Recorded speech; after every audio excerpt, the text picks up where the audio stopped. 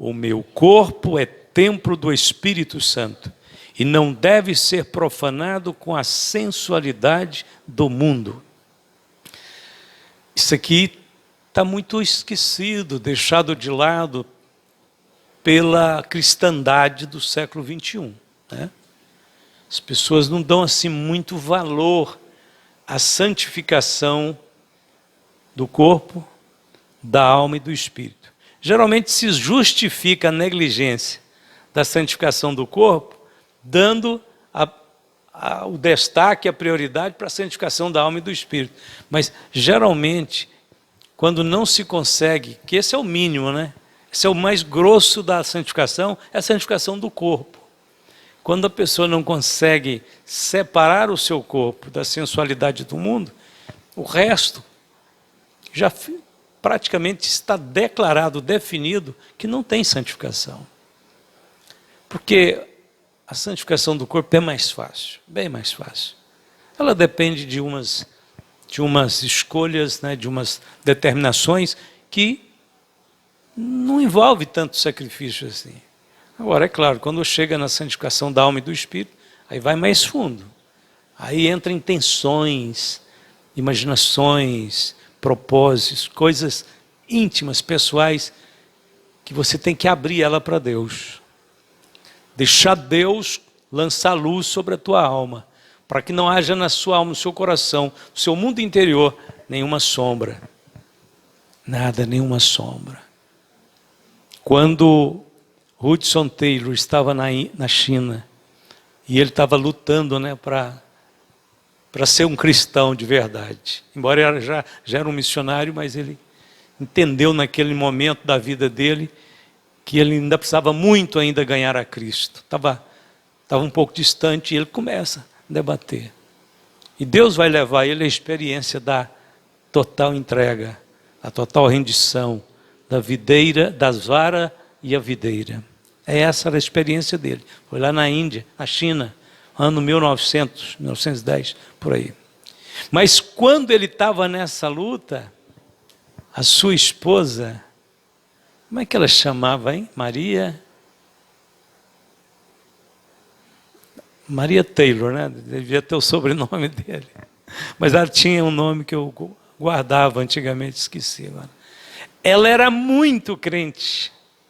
Só que ela era uma crente com uma espiritualidade tremenda. Mas ela era caladinha, ela não era da linha de frente, ela auxiliava ele em tudo. De vez em quando ele perdia a calma, ela que chegava perto dele, calma, Hudson Taylor, calma, né? É lindo até a maneira como eles interpretaram a vida dele no filme que eu falei que eu vou trazer. Uma hora a gente vê só o filme de novo. E ela, com aquela calma, aquela doçura, aquele negócio acalmava ele. E ele pedia perdão a Deus e tal. Mas ela fica doente lá na China. E ela vai morrer da doença, bem nova ainda. E aí quando ela está doente, ele era médico. Então ele está cuidando dela, mas ela está ardendo em febre na cama. E ele chega com um pano molhado para enxugar, para refrescar o rosto dela. E ela está ardendo em febres. Parece que ela tinha contraído uma doença contagiosa, um tifo, alguma outra doença que matava mesmo. E ele está ali desesperado e ele olha para ela e diz, está tudo bem. E ela olha para ele cansada, nos seus últimos praticamente momentos, e diz para ele, Hudson, não existe nenhuma sombra entre eu e o meu Senhor. Eu estou pronta. Que coisa, né? Coisa linda, né? Ela olha para ele serenamente e diz, não existe nenhuma sombra entre eu e meu Senhor. Eu estou pronta. E ela, não sei se horas ou dias depois, ela falece. Ele sepulta o corpo dela lá na China. Ficou lá. Até a ressurreição. Está lá até hoje. O corpo está lá. Ela está com Jesus. Então tem umas coisas que chamam a atenção da gente, né? Esse estágio em que Deus nos conduz em que não tem mais nenhuma separação, nenhum obstáculo, nada entre nós e Deus. Isso é tudo que nós desejamos e buscamos. Esse estágio que você tem certeza que você está nele e ele está em você. O meu corpo é templo do Espírito Santo. Olha que texto lindo aqui da Bíblia. Porque esta é a vontade de Deus, a vossa santificação, que vos abstenhais da prostituição. A prostituição tem sido um problema para a humanidade desde o início. Grave problema. No Brasil, esse problema é grande demais. Está em tudo quanto é família, em tudo quanto é lar. Né? Começa no namoro, a prostituição começa no namoro, namoro desregrado, com liberdades físicas. É prostituição. Abstenhais da prostituição, que cada um de vós saiba possuir o seu vaso. O vaso aqui é o corpo, em santificação e honra, não na paixão de concupiscência, como os gentios, que não conhecem a Deus. Imagine quantos cristãos não estão vivendo como gentios nessa área. E é o verso 7 conclui: porque não nos chamou Deus para a imundícia, mas para a santificação. Portanto, quem despreza isto, não despreza o homem, mas sim a Deus, que nos deu também o seu Espírito Santo. 1 Tessalonicenses 4, versos 3 a 5, 7 e 8. Então, mistério maravilhoso, milagre, o corpo, né? Deus nos deu o corpo para entrar em contato com o mundo natural. Por isso somos seres humanos tridimensionais. Corpo, alma e espírito. Com o corpo nós assimilamos o mundo, observamos as cores, o cheiro, o tato. Nós relacionamos com este mundo natural, material. Com a nossa alma nós nos relacionamos conosco mesmo, é o nosso mundo interior. Nós temos autoconsciência. Com o espírito nós temos consciência e relacionamos com o mundo espiritual e com Deus. Deus nos habilitou. Cada parte do ser humano foi feito pelas mãos de Deus. Deus formou o primeiro homem, a Bíblia diz que do pó da terra, mas a primeira coisa em toda a criação, de tudo que Deus criou, a única que fala que Deus dá a entender que Deus colocou a mão foi na formação do homem, do corpo do homem, porque depois ele não precisa de fazer, só soprar. O fôlego da vida, alma e espírito entra no corpo, mas Deus formou o homem. A ideia que a gente tem é que parece que ele trabalhou no homem, né? Assim, com as suas mãos, oleiro, cuidando ali do vaso, mexendo no barro, né? Então o corpo é muito, muito sagrado. O corpo é muito maravilhoso.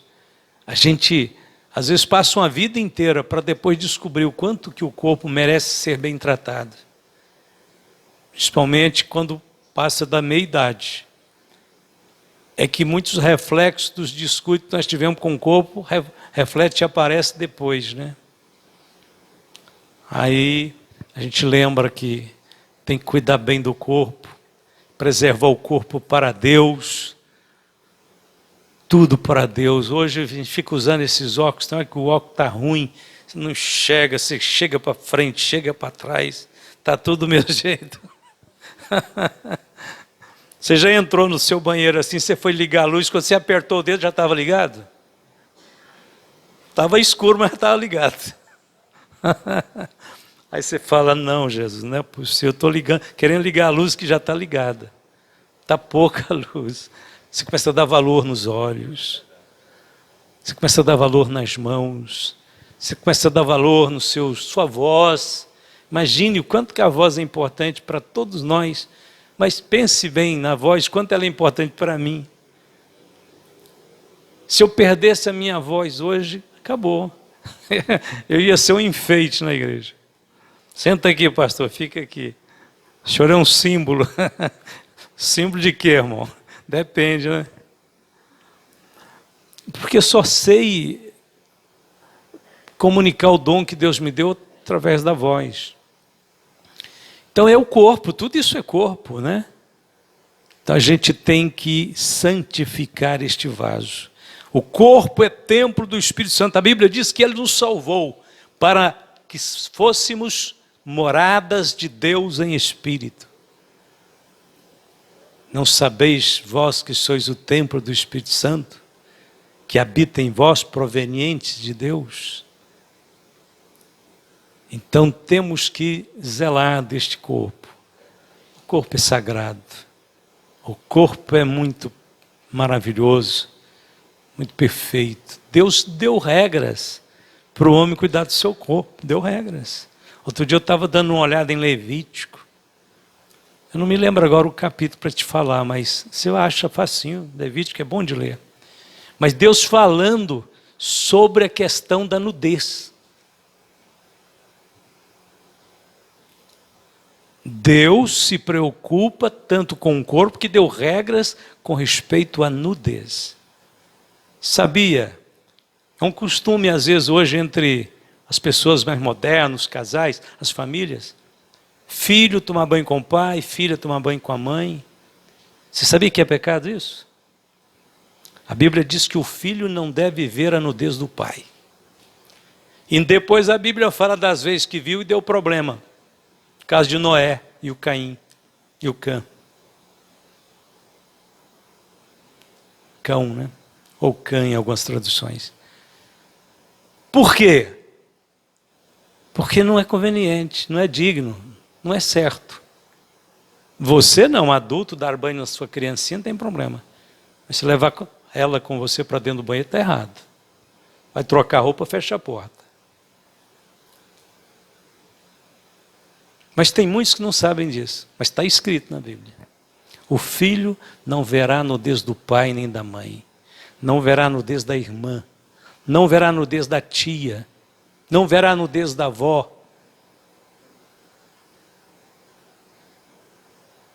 Então não tem nada de moderno, não. Essas pessoas que fazem isso são ignorantes, tadinha, não sabem o que estão fazendo. Tem que explicar para elas.